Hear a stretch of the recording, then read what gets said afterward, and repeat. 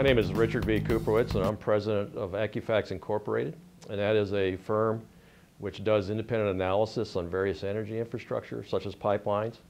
Our primary focus over the last decade or so has been in pipeline safety.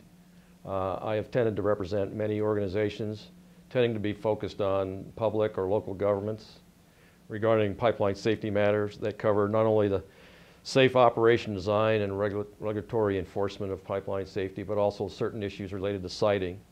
And a lot of people have a hard time understanding because common sense says it should be different. But the issue of pipeline siting and pipeline safety are disconnected in the United States. As an example, and we're going to talk specifically about gas pipelines today, but on gas pipeline siting, you need to understand whether or not a particular gas pipeline that's being proposed is either an intrastate or an interstate pipeline.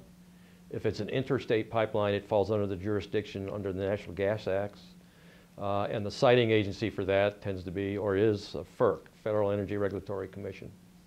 If it's an intrastate within the state pipeline, it'll depend on the specific state, and usually the specific states may have siting jurisdiction related on intrastates, depending on the particular state.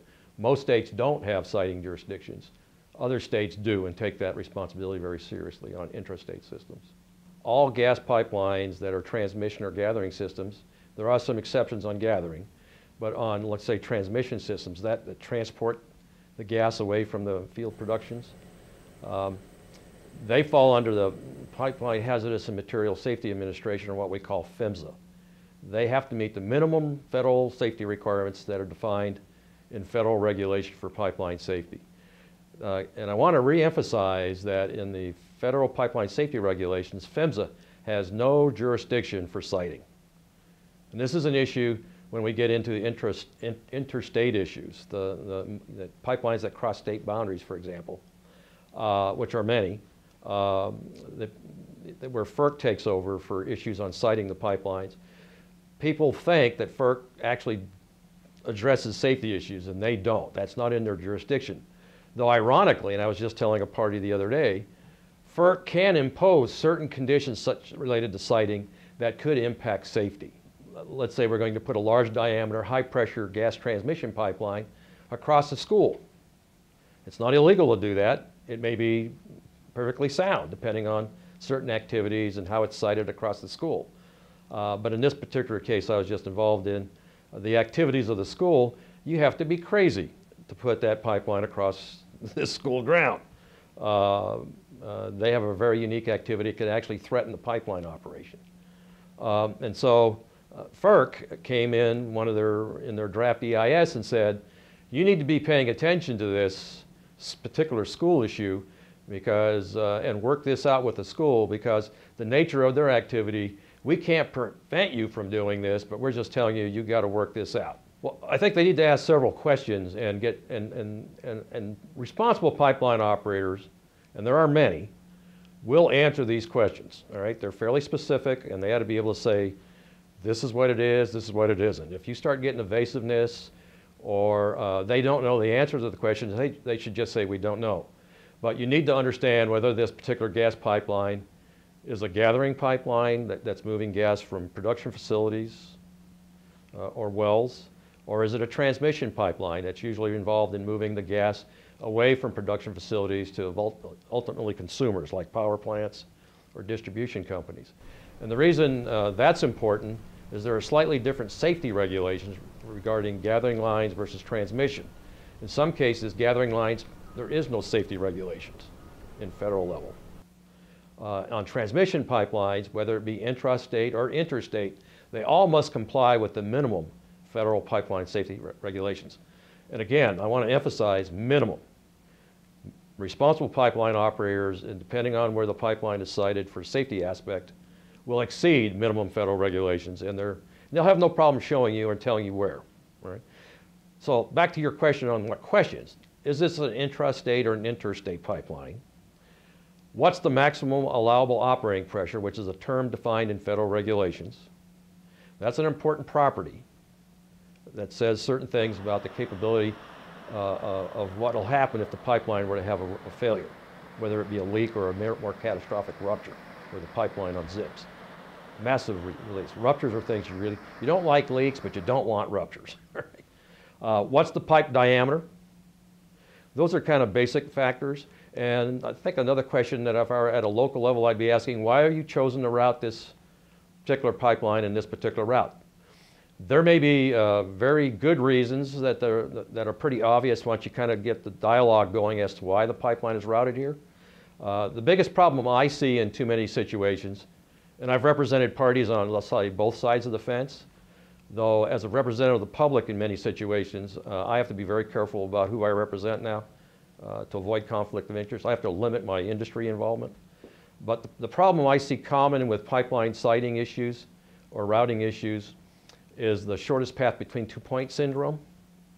In a company, they think if we just take the shortest path between 2 points, that's obviously the least amount of pipeline material, therefore it must be the cheapest. Okay?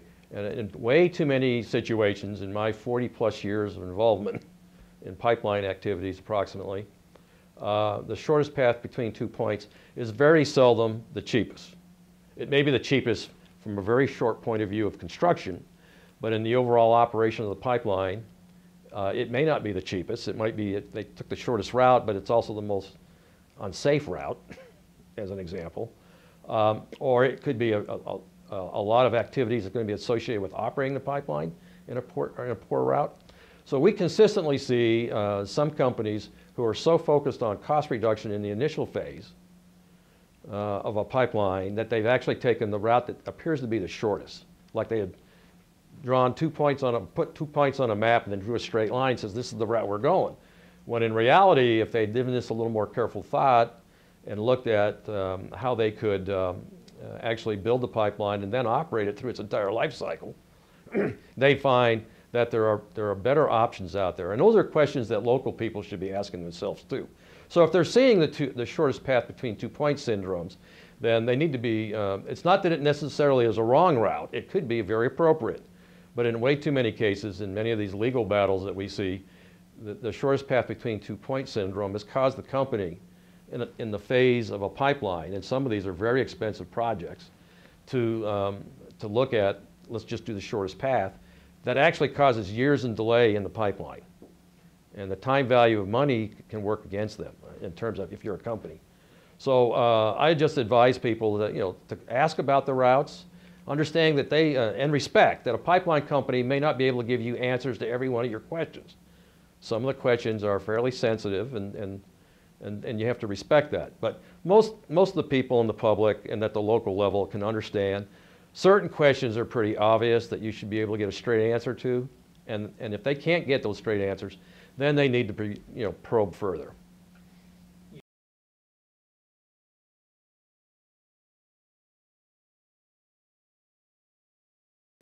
Again, it'll depend on the state, and ironically, like in the state of Texas, there are certain, and they've got a lot of oil and gas production facilities and all that, a lot of gathering lines, a lot of shale gas being found there too. In some of that area of the state, the local governments have the right to set certain siting conditions for the actual gas production facilities, as well as what they do with certain types of gathering lines. So it's kind of a function of the state. And so what I would caution the local people is find out what kind of infrastructure is being proposed. If it's a gas gathering or is it a gas transmission? And if it's a gathering line, become very familiar with who has jurisdiction for this gathering line. If anybody, some states will have no jurisdiction. That's one extreme. Other states have a fairly serious jurisdiction. And then, depending on who has jurisdiction, decide, okay, who's going to make the decision on how this infrastructure will go in, if anybody. In some cases, nobody making a decision is a decision. There is no regulation. That would be an example.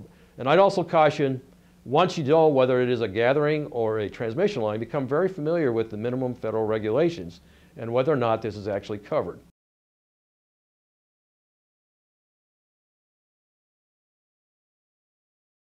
I don't like to be judgmental, but you're not one of the, shall we say, cutting-edge leading states in terms of pipeline safety. Why? Deregulation. Basically, in my opinion, the state has been so focused on gathering or production of shale gas, which is understandable. It's a lot of money, but very weak in terms of incorporating issues like safety. They'll defer to the federal government on their safety regulations. The federal government has this gap on gathering lines. They've been dealing with it, or attempting to deal with it in the last 10 or so years, but nobody saw the intensity of the number of gathering lines going into this country as a result of shale gas. And so it's a real weakness here. And I think some of your recent rulings at the Supreme Court in Pennsylvania have kind of reinforced the fact that, wait a minute, there's this property right issue versus safety and environment. So that's an example. Not a surprise. Again, I'm not the Supreme Court of the state of Pennsylvania.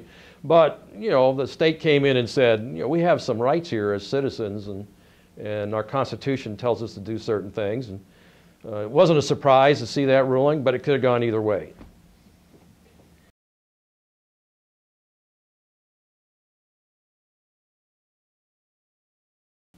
But if you're in a route where if you had either lots of rain, but it's in unstable slopes, and you routed a large diameter gas pipeline in an unstable slope area, no one has been able to figure out how to negate the laws of gravity yet. And so once you get a massive landslide going and your pipeline's in it, it's going to probably take the pipeline out. I've seen cases where the pipeline is fortunately ridden out the landslide, but they're very rare. Normally the pipeline will fail as rupture.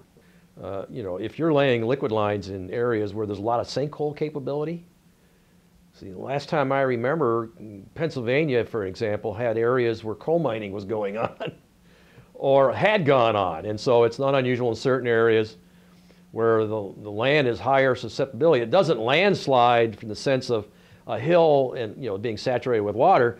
It's just on flat land, and all of a sudden a big old hole opens up. All right? Now, can we design a pipeline to span a hole? Well, yes, we can. It depends on the size of the hole, the size of the pipeline, its strength and whatever. But there are certain areas where common sense would tell you if you've got sinkhole capability, you really want to be careful about that route. That may not be the optimum route. Because if a sinkhole were to develop and it's big enough and the span is long enough, the pipeline will fail, and it'll fail as a rupture. It won't, you know, it won't just bend, it'll just go right to rupture. And if it's a gas pipeline, it'll be a big, big flame.